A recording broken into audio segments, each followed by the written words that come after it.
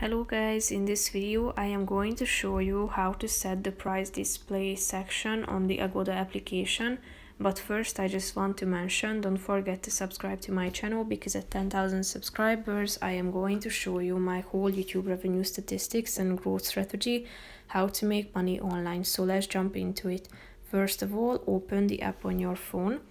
Then you should select a category, and after that tap on this button at the top next to the shopping cart icon.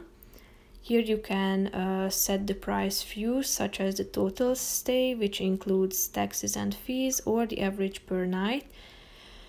You can also select your currencies here.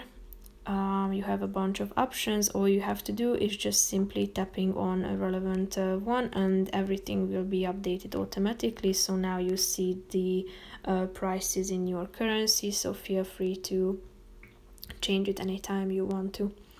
And basically that's it for this video, guys. See you in the next one. Bye bye.